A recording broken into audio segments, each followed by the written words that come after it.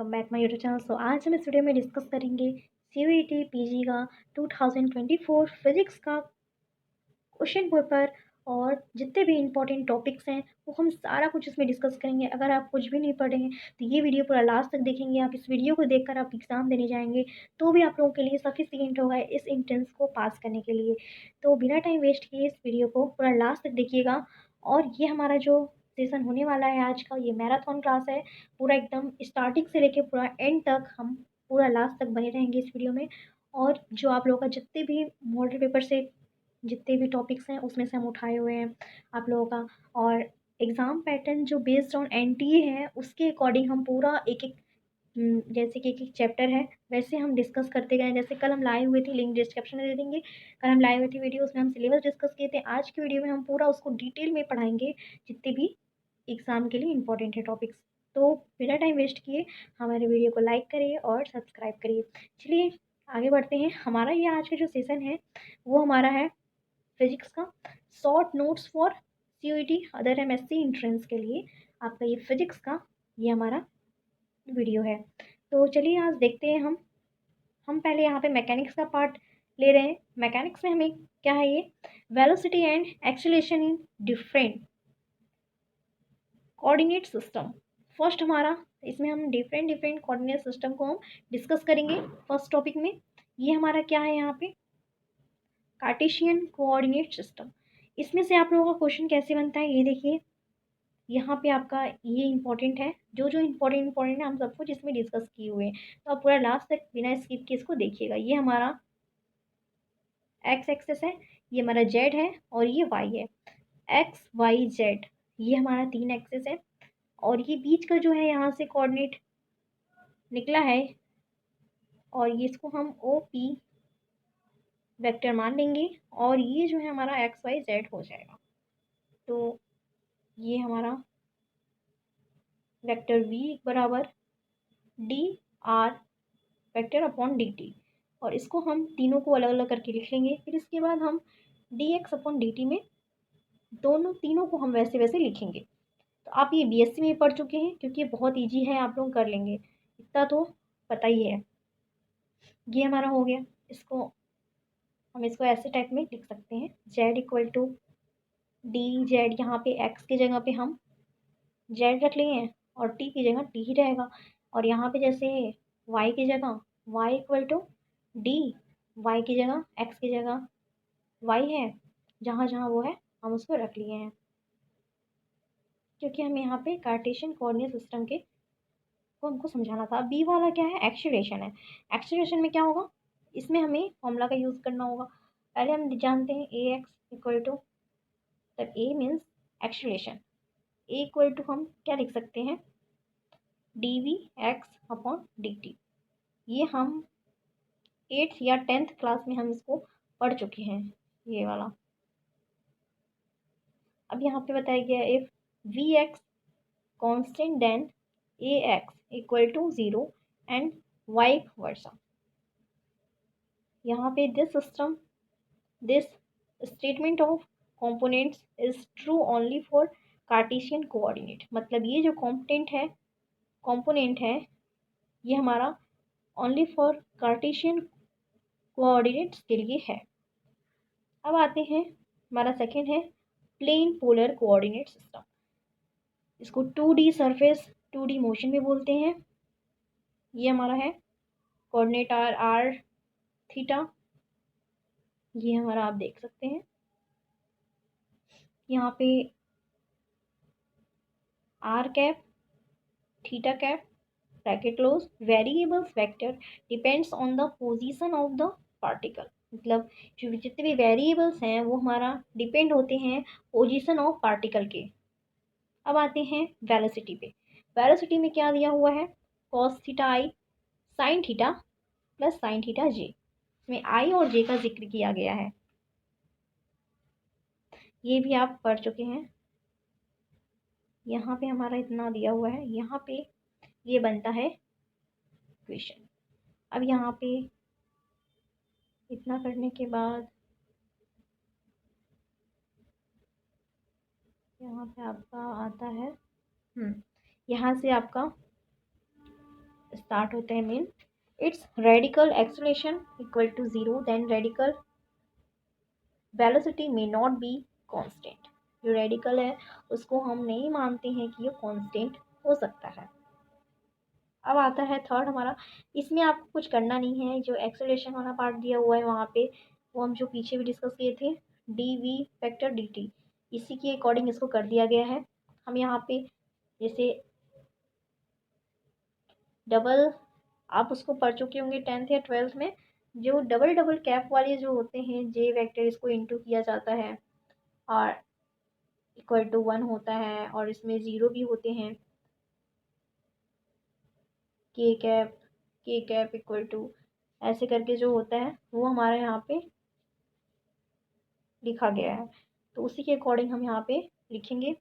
और ये हमारा एक्सीलरेशन का फॉर्मूला है जो हम पहले देखे थे इसके पहले। तो ये हमारा जितना इधर वाला पार्ट आया है वो हमारा रेडियल एक्सीलरेशन है, और ये वाला जो पार्ट आया है ट्रांसवर्स एक्सीलरेशन है। ठीक, अब इसके आगे हम आते हैं, ये उतना इम्पोर्टेंट नहीं, यहाँ से आपका भी क्वेश्चन बन सकता है।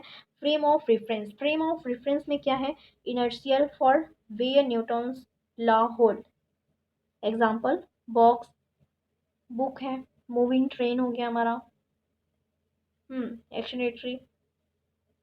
तो ये हमारा इनर्शियल का बहुत अच्छा एग्जाम्पल है। अब आते हैं सेकंड क्या है, non inertial for. Non inertial form क्या होता है, Newton's law does not hold. जो न्यूटन्स लॉ को होल्ड नहीं करते हैं, और ये न्यूटन्स लॉ को होल्ड करते हैं, इसलिए इन्हें हम इनर्शियल फॉर्म कहते हैं। इसको हम नॉन इनर्शियल फॉर्म कहते हैं, जो न्यूटन्स लॉ को होल्ड नहीं करते हैं। बाल मूव विदाउट फोर्स, मतलब यहाँ पे बस होगा, यहाँ पे बस जो है बिना मूव किए, बिना फोर्स लगाए वो मूव नहीं कर सकता है, तो इसको हम hold on, not hold on Newton's law बोल सकते हैं। अब यहाँ पे आता है rotating for. Rotating for, a rotating for a is special case of a non-inertial frame that is rotating relative to an inertial frame। यहाँ पे आपका कंपोनेंट दिया था, हाँ यहाँ पे आपका, इसके बाद आता है फ्रेम। आपको इसमें ये वाला जो क्वेश्चन बनेगा, इसमें पूछ सकता है कि इनर्शियल फ्रेम का, नॉन इनर्शियल फ्रेम और इनर्शियल फ्रेम का आपको एग्जांपल दे देगा 2-3। ठीक, उसमें से आपसे पूछिए कौन सा इनर्शियल फ्रेम है, कौन सा इनर्शियल फ्रेम नहीं है। अब जो हमारा नेक्स्ट क्वेश्चन आता है, नेक्स्ट टॉपिक ये हमारा है, ये सेंट्रीफ्यूगल फोर्स। ये हमारा इम्पोर्टेंट है। The apparent force that is felt by an object moving in a curved path that act outwardly away from the center of rotation। इसका फॉर्मूला जो होता है W equal to angular velocity होता है, तो इसको हम देख लेंगे अच्छे से। अब यहाँ पे हमारा आता है centre of mass. Centre of मास हम 12th में पढ़ चुके हैं, आपको याद होगा। ये हमारा सेंटर ऑफ मास में क्या है, when the mass of a rigid body is concentrated at a particular point, then this point is called as center of mass। ये हमारा सेंटर ऑफ मास का फॉर्मूला है, R equal to M1 R1 plus M2 R2 upon में M1 plus M2। ये आप लोगों का main formula है, इसको आप अच्छे से माइंड में बिठा लीजिए या फिर इसको रट लीजिए। ये डायरेक्ट भी पूछ सकता है, centre of mass depend on which formula. तो यहाँ पे आप जहाँ प्लस वाला रहेगा उस पर आप टिक लगा दीजिएगा बिना कुछ सोचे। यहाँ पे आपको समझाया गया है कि R is centre of mass, R1 and R2 are the distance of mass M1 and M2 from the respectively. तो ये हमारा इतना हो गया ये पार्ट कवर। अब आते हैं हम आगे, इलास्टिक कल्यूजन, बहुत मोमेंटम और काइनेटिक एनर्जी कंजर्व्ड। ये उतना इम्पोर्टेंट नहीं है, लेकिन इसका जो ये वाला पार्ट है ये इम्पोर्टेंट है, जिस पे हम इस वाले फॉर्मूले पे हम इस पे क्वेश्चंस को रखते हैं और इसको सॉल्व करते हैं। तो ये आप इसको देख लीजिएगा, v1 equal to m1 minus m2 upon में m1 प्लस m2, μ1 प्लस यहाँ पे μ2 हो जाएगा 2m, यहाँ पे direct 2m2 m1 plus m2, ये हो जाएगा। अब इसका जस्ट अपोजिट हो जाएगा, यहाँ पे 2 लिख देंगे और जहाँ पे 1 रहेगा वहाँ पे 2 हो जाएगा, जहाँ 2 रहेगा वहाँ 1 हो जाएगा, बस सब कुछ ऐसा नजर आएगा। अब हमारा आता है आगे momentum of inertia. Moment of inertia में क्या है, it is the rotational angle of mass for linear motion, the inability of a body to rotate itself without any external takeaway is called movement of inertia। इसका हमें formula यहाँ मिल जाता है, I equal to यहाँ पे sigma N N, यहाँ पे I equal to 1 m1 r1 square, unit इसका जो है कि किलोग्राम मीटर स्क्वायर हो जाएगा। इसको हम देख लेंगे, इसमें जितने भी इम्पोर्टेंट चीज़ें हम वो चीज़ डिस्कस कर रहे हैं, आपको अच्छे से जो आप स्टार्टिंग में पढ़े होंगे वही चीज़ है, बस इसको हम थोड़ा थोड़ा आपको रिमेम्बर करवा रहे हैं कि ये चीज़ है, आप याद कर लो, क्योंकि ये पूरा नोट्स है। यहाँ पे हमारा रेडियस ऑफ ग्रेटेशन आ गया। यहाँ रेडियस ऑफ ग्रेटेशन में क्या है, distance between the axis of rotation. इसमें आप जितने भी फॉर्मूलाज दिख रहे हैं ना, उसको भी आप देख लेंगे ना, बहुत अच्छा होगा आप लोगों के लिए, क्योंकि डायरेक्ट फॉर्मूलाज भी पूछे जाते हैं। यहाँ पे आई इक्वल टू एम के स्क्वायर, ये किस चीज़ का है आपको थोड़ा रिमेम्बरिंग रहेगा और एग्ज़ाम में आ जाएगा, तो आप इसको बता सकते हैं कि रेडियस ऑफ ग्रेविटेशन का था, कुछ उससे रिलेटेड भी रहेगा, वो भी आप लिख सकते हैं, देख सकते हैं। इसमें थोड़ा माइंड लगाएंगे तो ही ये हो पाएगा। यहाँ पे हमारा क्या है, थ्योरम ऑफ परपेंडिकुलर एक्सिस। इसमें क्या है, according to this theorem in any plane the M I about a perpendicular axis from a point is equal to the sum of mi about two axes which is the parallel to the plane and passing through the same point। ये हमारा हो गया, इसके पास जो जाता है उसके same point में जाता है, इसके पैरेलल होके। तो ये हमारा जो है यहाँ पे फॉर्मूलाज है, इसको आप देख लीजिए, I Z equal to I X plus I Y, ये आपका अगर फॉर्मूलाज आ गया। इसमें देख लिया थ्योरम कौन सा लगा हुआ है, परपेंडिकुलर एक्सिस वाला है, तो यहाँ पे आप देखे रहेंगे तो तुरंत उसमें लगा देंगे। तो आपको हल्का हल्का ओवरव्यू लेना है, उतना भी डीपली नहीं पढ़ना है और ना ही उतना मतलब उतना ही ऊपर से नहीं पढ़ना है कि वो दिमाग से हट जाए। फिर भी एक बार देख लीजिए कि हाँ हाँ ये चीज़ है, ये चीज़ इसमें ये फॉर्मूला यूज़ हो रहा है, हाँ इतना तो आप लोग कर ही सकते हैं। अब यहाँ पे आता है theorem of parallel axis. Theorem of parallel axis में क्या है, यहाँ पे मोमेंटम इनर्शिया में यहाँ पे हम जो देख रहे थे उससे रिलेटेड है। यहाँ पे about any axis parallel to, की पैरेलल है, यहाँ पे हम axis passing through the centre of is equal to the sum of M I passing through the centre of product and product of mass of the body and the of the distance between the two parallel axes।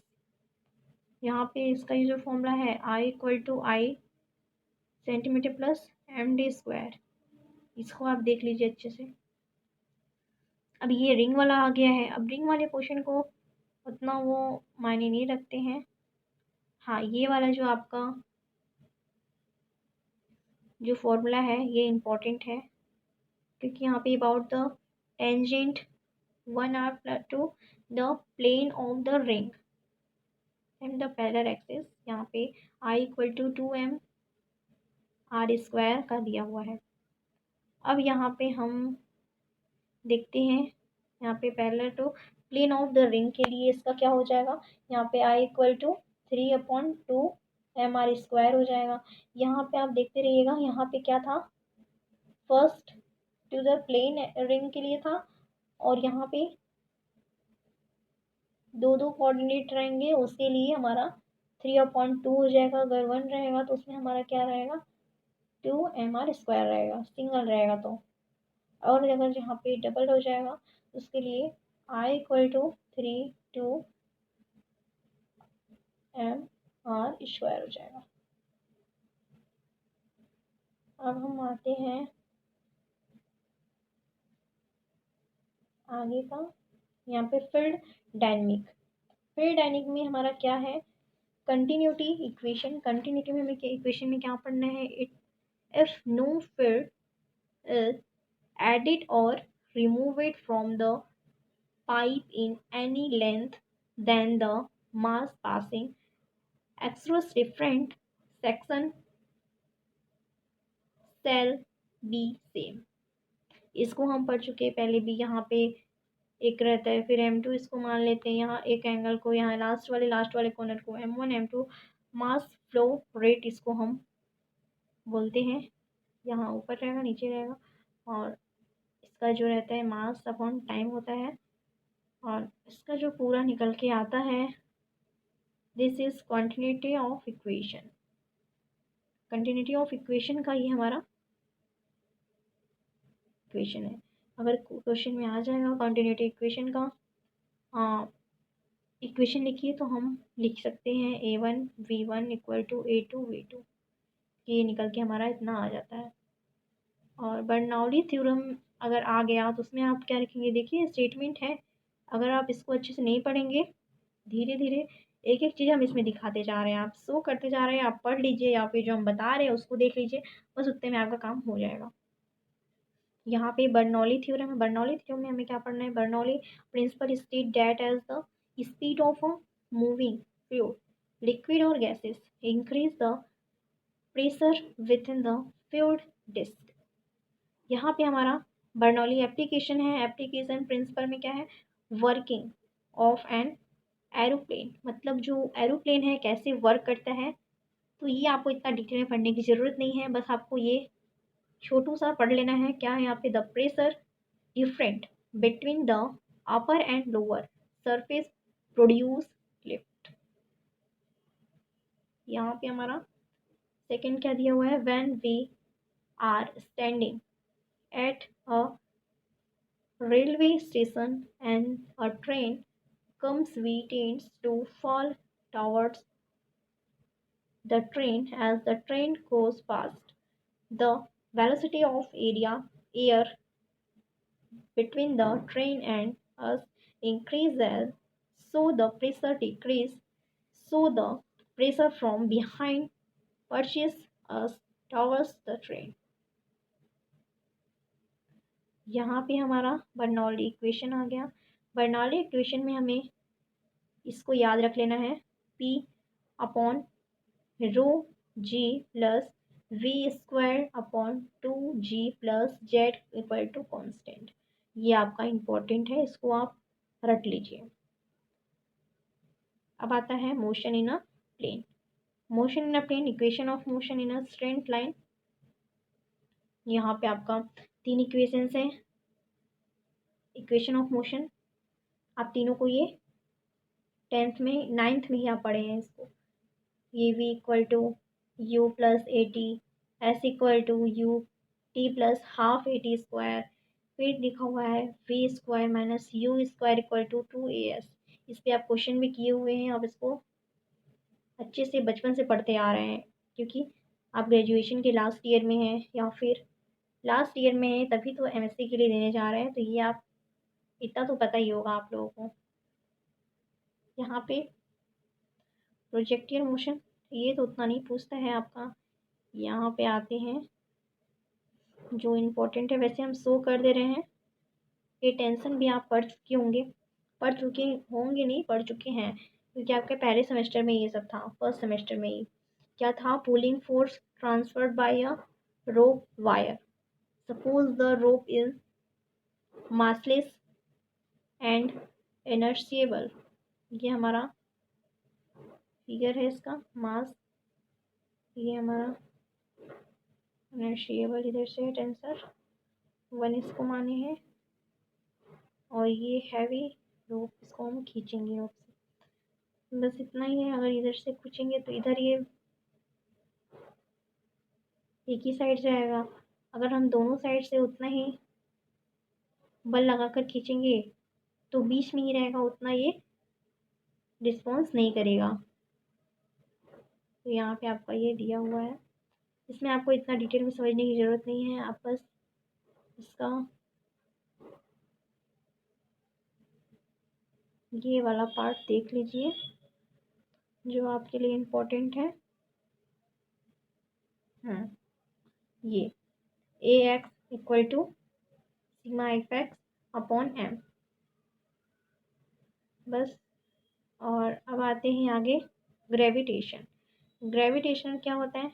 Every object in the universe attract every other object with a force directed along the line of center of the two objects that is proportional to the product of their masses and inversely proportional to the square of the separation between them। ये आप class 8 में पढ़े हैं। F G equal to G m1 m2 upon R square. ये आप लोगों का gravitational का फॉर्मूला है। ग्रेविटेशनल फील्ड है। Gravitational field the region of space surrounding a body in which another body express for the gravitational inertia of field. Gravitational field में क्या है? The strength of gravitational field is का inertia of gravitational field. हम इसको ऐसे भी लिख सकते हैं, I equal to F upon M not. अब आते हैं हम gravitational field inertia intensity due to ring. Ring के लिए अलग होगा, यूनिफॉर्म स्पेशल सेल, ये सबके लिए फॉर्मूला बने हैं। इसको आप एक बार देख लीजिए, क्योंकि अगर एक ही चीज़ हम बताने चलें तो ये वीडियो बहुत ज़्यादा लेंदी हो जाएगा। जो जो इम्पोर्टेंट है हम वो बता रहे हैं। आपका अब आता है Kepler's law, planetary motion. Planetary motion में हम केप्लर्स लॉ में देखते हैं, there are 3 laws of planetary motion which govern the motion of the planet around the sun। First वाले लॉ में हमें बताया गया है all planets revolve around the sun in elliptical orbital with the sun at one of the face of the ecliptic part। जो हमारा सन है एक इक्लिप्टिक पार्ट को सन का पूरा चक्कर लगाता है।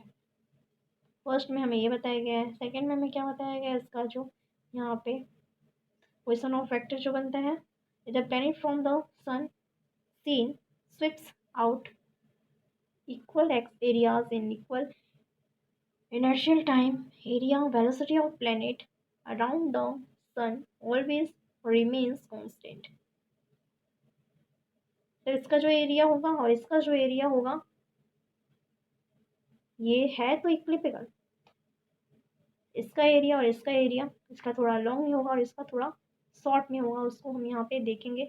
और इसका जो फॉर्मूला होगा A delta A upon delta T बराबर L upon 2m equal to constant होगा। Equal area in equal time planet. अब यहाँ पे थर्ड वाले में आता है, थर्ड लॉ में it state that the square of the time period of a planet is directly proportional to the cube. of the semi major axis of the elliptical orbital of the planet, t square proportional to the a cube। यहाँ पे हम देख सकते हैं, यहाँ पे ऐसे बन रहा था और इधर ऐसे बन रहा था। यहाँ पे इक्वेशन ऐसे बन सकता है, इक्लिप्टिकल इक्वेशन। यहाँ पे X square upon A square plus Y square upon B square equal to 1, 1 के बराबर है। अब आता है ऑप्टिक्स। ऑप्टिक्स में हम देखते हैं format principal.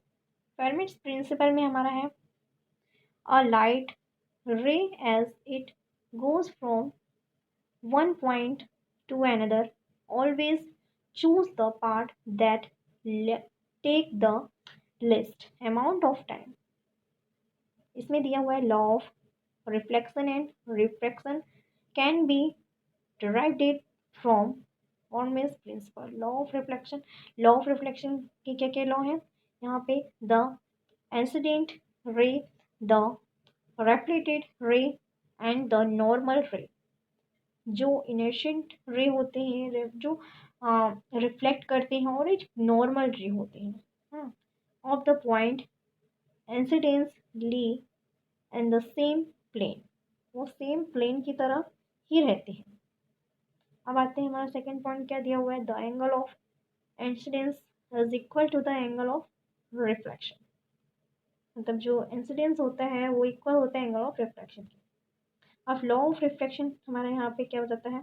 The incident law, reflection law और the normal to the influence of two media at the point of incidence already same plane. यहाँ पे हम देखेंगे sine I upon sine R, ये अवतल दर्पण के लिए है। अगर हमारा यहाँ पे इसको हम देखेंगे, अगर आपका अवतल दर्पण होगा उसके लिए हम पॉजिटिव और नेगेटिव दो चिन्ह होते हैं। ये हमारा जो है नेगेटिव अवतल दर्पण के लिए होता है और जो पॉजिटिव होता है वो उत्तल दर्पण के लिए होता है। ठीक, कन्वेक्स लेंस और कनकेव लेंस दोनों के लिए हमें अलग अलग होते हैं। अब हम यहाँ पे आते हैं, आपका इसमें बस पूछ सकता है रिफ्लेक्टिव इंडेक्स मीडियम। यहाँ पे बस कांस्टेंट के लिए स्नेल्स लॉ का फॉर्मूला पूछ देगा। स्नेल्स लॉ का फॉर्मूला क्या होता है ये आप 10th में पूरा एकदम अच्छे से बताया गया है, पढ़ाया गया है। Sine I upon sine R equal to mu. ठीक, अब यहाँ पे हम आते हैं, यहाँ पे इतना इम्पोर्टेंट नहीं है, लेंस इक्वेशन देख लेते हैं। लेंस इक्वेशन आपका ज़्यादा इंपॉर्टेंट है, इस पर क्वेश्चन बनते हैं। लेंस इक्वेशन का ये हमारा फॉर्मूला है। आपका जो अवतल और उत्तल दर्पण के लिए भी एक फॉर्मूला होता है, 1/u plus 1/v equal to 1/f। ये आप लोग का जो दर्पण निकालने के लिए, नॉर्मल दर्पण निकालने के लिए रहता है, वो फॉर्मूला यूज़ होता है। और ये वाला जो है आप लोगों का लेंस इक्वेशन, लेंस के लिए यूज़ होगा 1/f बराबर 1/v माइनस 1/u। तो यहाँ पे हम देख लेंगे ऑब्जेक्ट है, यहाँ पे इमेज फॉर्म, यहाँ कन्वेक्स लेंस के लिए हम यूज़ कर रहे हैं। और ये हमारा कनकेव लेंस है। हम कनकेव लेंस में क्या बताते हैं, यहाँ पे नेगेटिव रहता है और कॉन्वेक्स लेंस में हमारा क्या रहता है, पॉजिटिव रहता है। यहाँ पे दिया हुआ है high of image, high to object. Also हमारे यहाँ पे हमेशा रहेगा m equal to v upon u। अब आते हैं हम, ये हमारा एक फॉर्मूला है यहाँ पे, ये भी समेशन ऑफ लेंस के लिए है, 1/f1 plus 1/f2 equal to 1/f। ये भी हमारा एक फॉर्मूला बनता है। अब हम आते हैं आगे, ये सब उतना इम्पोर्टेंट नहीं है। यंग्स डबल स्लिट एक्सपेरिमेंट, आप इसको एक्सपेरिमेंट किए होंगे बीएससी थर्ड सेमेस्टर में, फोर्थ सेमेस्टर में आपका ये यंग्स मॉडल वाला है। तो ये आप लोगों का स्लाइड रखा जाता है यहाँ पे, आप इसको अच्छे से देख लीजिएगा क्योंकि यहाँ पे डार्क ब्राइट दिखना चाहिए अलग अलग, इसमें होता है बस, इसमें स्लाइड से दिखा जाता है। स्लाइड रख के कि हाँ इतना चीज़ है, ये अलग अलग तीनों जाता है। अब आते हैं हम, ये फ्रिंक्स उतना इम्पोर्टेंट नहीं है, यहाँ पे आपका मैक्सिमम तो मिनिमम ये आपका इम्पोर्टेंट है। ब्राइट फ्रिंक्स में ये आपका इम्पोर्टेंट है, I maximum upon I minimum, A1 plus A2 upon A1 minus A2 square. आप इसको याद रखिएगा। और मिनिमम के लिए जीरो रहेगा हमेशा, यहाँ पे इसमें माइनस की मिनिमम को होते हैं, यहाँ पे ज़ीरो आया है। अब आते हैं हम आगे,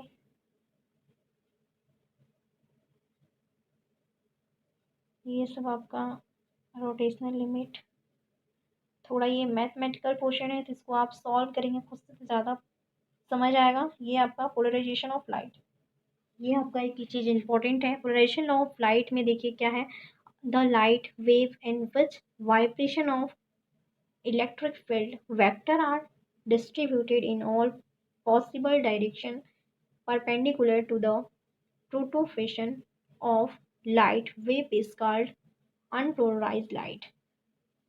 आप इसको फर्स्ट सेमेस्टर में ही पढ़े हैं, पोलराइजेशन।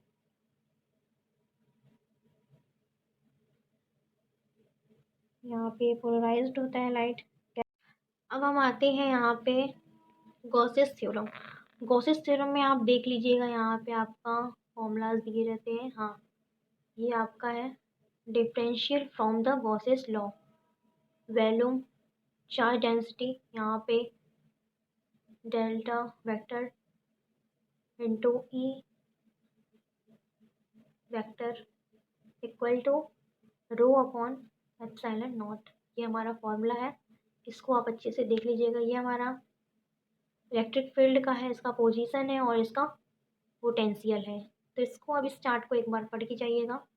यहाँ पे हम शो कर दे रहे हैं, आप स्क्रीनशॉट ले सकते हैं। यहाँ पे इनर्शियल प्लेन सीट क्या होता है, ये सारा कुछ आप पढ़ चुके हैं, बस एक बार रिमेम्बरिंग कर लीजिए। अब यहाँ पे हमारा स्टार्ट होता है बाउंड्री कंडीशन। बाउंड्री कंडीशन के लिए हमारा यहाँ पे whenever the there in point charge it creates an electric field and this electric field described by the rate of square of the distance from the charge। ये हमारा चीज़ दिया हुआ है, इसके लिए हम इस फॉर्मूले का हेल्प लेते हैं, E1 minus E2 equal to zero. और यहाँ पे एबव और बिलो के लिए भी होता है, तो इसको आप देख लीजिएगा। इमेज थ्योरी चार्ज उतना नहीं पूछा जाता है, जो जो इम्पोर्टेंट है हम वो यहाँ पे बता रहे हैं आपका। यहाँ पे जो ये नोट्स है कुछ ज़्यादा ही एकदम डीपली लेंदी में दिए हुए हैं, क्योंकि हम जो यहाँ पे जितने भी थे पूरा एक एक चीज़ डीपली में लिखे हुए हैं। यहाँ पे आप ये सब जितने भी डेरिवेशंस हैं आप बिना लगाए इसको आप सॉल्व नहीं कर सकते, और वीडियो हमारा ज़्यादा लेंदी हो जाएगा तो बहुत ज़्यादा बोरिंग ये चैप्टर और लेसन हो जाएगा। इसलिए हम इसको ज़्यादा डिटेल में नहीं समझा रहे हैं, बस ऊपर ऊपर से आपको ओवर व्यू दे रहे हैं कि आप ये पढ़ लीजिए। यहाँ पे मैग्नेटिज्म ऑफ इलेक्ट्रोमैग्नेटिज्म, ये आपका इम्पोर्टेंट है टॉपिक। आपका force on the moving charge in a magnetic field और मैग्नेटिक लॉर्जिट फोर्स, ये आपका इम्पोर्टेंट है। इसको आप अच्छे से एक बार सर्च करके देख लीजिएगा इसमें क्या होता है, कैसे है ये चीज़। यहाँ पे आपका 90 डिग्री थीटा है, मैक्सिमम के लिए होता है। यहाँ पे इसका डायरेक्ट हम आते हैं, magnetic field due to circular current, यहाँ पे इसका ये दिया हुआ है फॉर्मूला, इसको आप देख लीजिए। हम यहाँ पे शो कर दे रहे हैं लगभग।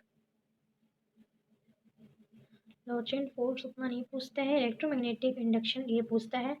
इसको आप देख लीजिए, magnetic flux magnetic lines of the force passing normally through any surface. इसका जो यूनिट होता है वह बर होता है। यहाँ पे इसका इंट्रोडक्शन होता है circuit due to Faraday's law. आपका इम्पोर्टेंट है, फैराडेज लॉ का इक्वेशंस जो है वो भी इम्पोर्टेंट है। ये आपका D theta D phi upon D T, ये आपका इम्पोर्टेंट है। Epsilon equal to D phi upon D T. यहाँ पे क्या दिया हुआ है, whenever the flux linked with a close circuit charge and hence circuit and induce in the which lets long the charge and flux take place। यहाँ पे इसको आप देख लीजिए। यहाँ पे आप लेंज ला है, लेंज ला का इसका लास्ट वाला लाइन नोटेट कर लीजिए। Delta Q equal to delta five on R net change in magnetic flux reduction. यहाँ पे आपका सेल्फ इंडक्शन ही पूछता है उतना। तो जितना भी इम्पोर्टेंट टॉपिक्स था, जितना भी सब कुछ था फर्स्ट में, हम वो सब कवर कर लिए हैं। अब जो इसकी आगे आएगा उतना इम्पोर्टेंट नहीं है, बस नॉर्मली ये सब ओवरव्यू लेते हैं। आता है रेजोनेंस। रेजोनेंस आपका एक इम्पॉर्टेंट टॉपिक है, बहुत ही इम्पोर्टेंट टॉपिक है, क्योंकि इसमें से क्वेश्चंस हर साल बनते हैं। Resonance is said to take place when the series LCR circuit always maximum circuit from a given frequency of alternating current for which Xc becomes equal to Xi। तो यहाँ पे हमारा ये इम्पोर्टेंट है। यहाँ पे इसको आप F0 equal to 1/2 pi √LC लिख सकते हैं। यहाँ पे रेजोनेंस फ्रिक्वेंसी और रेजोनेंस कंडीशन भी बोल सकते हैं। यहाँ पे अगर पूछ देगा रेजोनेंस कंडीशन या रेजोनेंस फ्रिक्वेंसी बताइए, तो F0 इक्वल टू करके आप 1/2 पाई √LC रहेगा, तो आप उस पर बिना हिचकिचाहट आप वहाँ पे टिक मार सकते हैं। अब आते हैं displacement current. Displacement current Faraday's law के ऊपर बेस्ड है। चार्जिंग यहाँ पे आपको दिया हुआ है, हाँ ये दिया हुआ है आपका इक्वेशन कायरल फॉर्म के लिए। ये कायरल फॉर्म के लिए हम इस इक्वेशन का यूज़ करेंगे। अब यहाँ पे हमारा ट्रैवलिंग इविंग ये इतना इम्पोर्टेंट नहीं है। आपका आता है वाटरिंग थ्योरम भी नहीं उतना पूछता है आपका, इसमें ज़्यादा हम एक्स्ट्रा डाल दिए हैं। SHMR हमेशा आता है, ये इसका जो इक्वेशन है ना, इसको आप एकदम रट डालिए। d² y/dx² plus w² y=0, ये हमेशा पूछता है, हर साल आता है। आप इसको एकदम रट ही जाइए SM का। इसको जब सॉल्व करेंगे अच्छे से, इसको देखेंगे पोटेंशियल एनर्जी पे जब रखते हैं तो इसका कितना आता है। हर चीज़ के लिए अलग अलग है, तो टोटल एनर्जी के लिए भी है। टोटल एनर्जी का यहाँ पे E = 1/2 mW²A², ये इतना आ जाएगा। और यहाँ पे हमारा पोटेंशियल एनर्जी के लिए इतना आ जाएगा, EP = 1/2 mW²Y², ये आ जाएगा। ये ग्राफिक के हैं, यहाँ पे के और EP, ई के और EP के अकॉर्डिंग दिया हुआ, ये आपका एग्जाम में आता है फिगर। अब आते हैं हम फ्रीक्वेंसी, यहाँ पे पूछा गया, यहाँ पे फ्रीक्वेंसी F बराबर 1/2 पाई S/m R²/4m², ये आपका इम्पोर्टेंट है। Logarithmic displacement. Logarithmic displacement this measure the trait at with amplitude decays. तो यहाँ पे लैम्डा इक्वल टू V_T1 और R_T1/2m यहाँ पे लिख सकते हैं। यहाँ पे इसका दिया हुआ है। Mean life time energy of displacement H O, power of displacement. यहाँ पे आप देख लीजिए, यहाँ पे वेव इक्वेशंस दिए हुए हैं, इसको एक बार अच्छे से एनालिसिस कर लीजिए। तो ये आपका फर्स्ट मोड ऑफ वाइब्रेशन है।